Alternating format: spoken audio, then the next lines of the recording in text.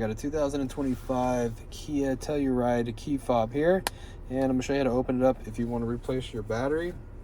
So if you look at the remote, it's got two sides, a front and a back, okay? We're going to call this the front. This is the side that has the lock and unlock button, okay?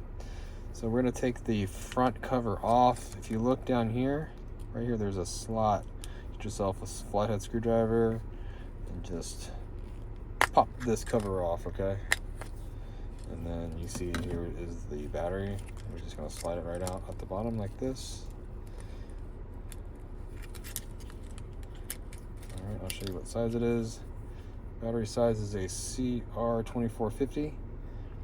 And if you need one of these batteries, check the description box. I have a link that takes you to Amazon where you can pick one up. Positive sign facing out towards us. Just slide the new one in like that. See positive sign there. Then you just get the cover, and then you just snap it all back together, and you're all done. Well, I hope the video was helpful. If it was, appreciate it. Hit the like button for me. Leave me a comment if you could. Hope to get another Kia video.